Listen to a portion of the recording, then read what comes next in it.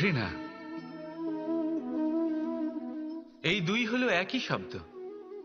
কিভাবে? দেখুন না, দুটোতেই আড়াই অক্ষর রয়েছে। দুটোই হলো সেই অনুভূতি যা আমাদের মনের সাথে জড়িত।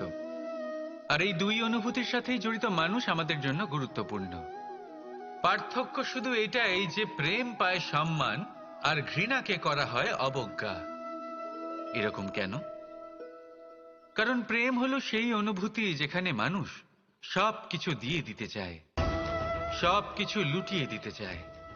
সেখানে ঘৃণা হলো এমন অনুভূতি যেখানে মানুষ সবকিছু কেড়ে নিতে চায়, সবকিছু জিতে নিতে চায়। তাও প্রেমের অনুভূতি কখনো আপনাকে হারতে দেয় না, আর ঘৃণার অনুভূতি কখনো আপনাকে জিততে দেয় না। এবার কি করবেন আপনি? একটাই জীবন, ঘৃণার সাথে বাঁচবেন নাকি প্রেমের সাথে? আমি তো প্রেমকেই চয়ন করব। রাধা রাধা। চলুন একটা প্রশ্ন করি। কোন মানুষকে জিজ্ঞাসা করবেন যে সে মূর্খ, অলস, বিবেকহীন, অসফল এইসব বিশেষণ দিয়ে নিজেকে পরিচিত করতে চাইবে? না। কাউকে জিজ্ঞাসা করুন আপনি কি মূর্খ? না। আপনি কি অসফল হয়েছেন? না। আপনি কি বিবেকহীন? না। এবার বলুন, আপনি জীবনে মূর্খ ও বিবেকহীন হবার জন্য কোনো ভালো পরিকল্পনা বানিয়েছেন? উত্তর পাবেন না। কারণ কোনো পরিকল্পনা বানানো হয় না যাতে আপনি মূর্খ বা অসফল হন। মানুষ মূর্খ বা অসফল তখন হন যখন কোনো পরিকল্পনাই থাকে না।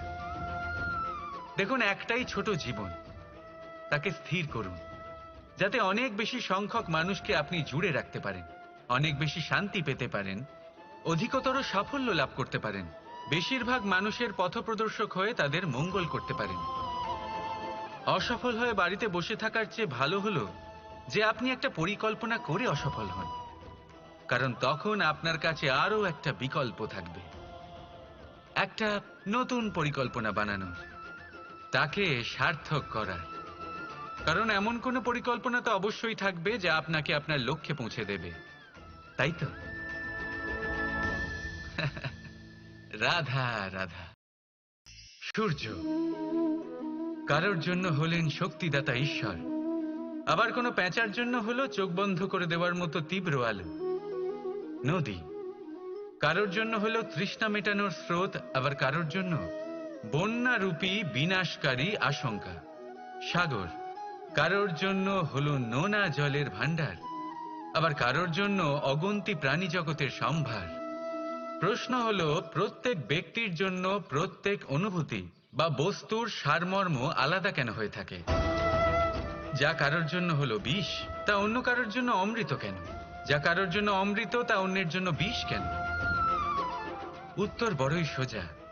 আমরা বস্তু বা অনুভূতিগুলিকে সেভাবে দেখি না যেরকম তা হয়ে থাকে। আমরা বস্তু বা অনুভূতিকে সেভাবে দেখি যেরকম আমরা হয়ে থাকি।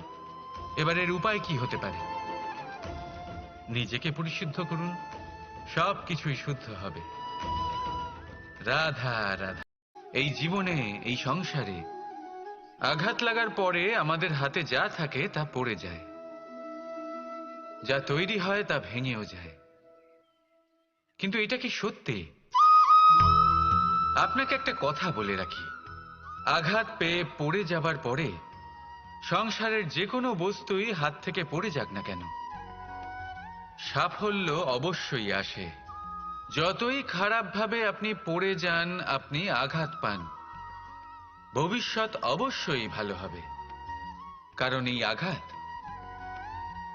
অসফলতা, এই অসুবিধা, এগুলো আমাদের এমন ভাবে পরিশুদ্ধ করে যেমন আগুন সোনাকে করে থাকে।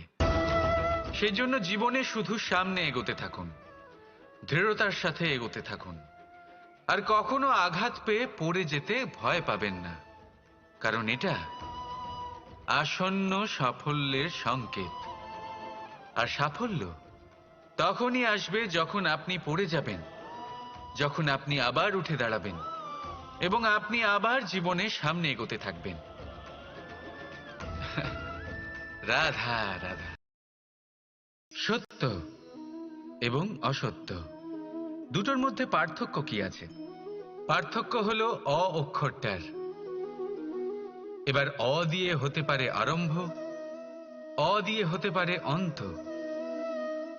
সত্য হলো সেটা যেখানে সমস্ত পথের আরম্ভ হয়, অসত্য সেটা যেখানে সমস্ত পথের শেষ হয়। এবার এরা চলতে হয়তো পারে না, কিন্তু তাও ছাপ রেখেই যায়। সত্য সেই ছাপ রেখে যায় যা একটা উজ্জ্বল উৎকৃষ্ট উদাহরণ হতে পারে, আর অসত্য সেই উদাহরণ তৈরি করে যা একটা কলঙ্কিত ইতিহাস তৈরি করে। এখন আপনি আপনি আগামী সময়ের জন্য কেমন ছাপ রেখে যাবেন, এই সিদ্ধান্ত পুরোপুরি আপনার।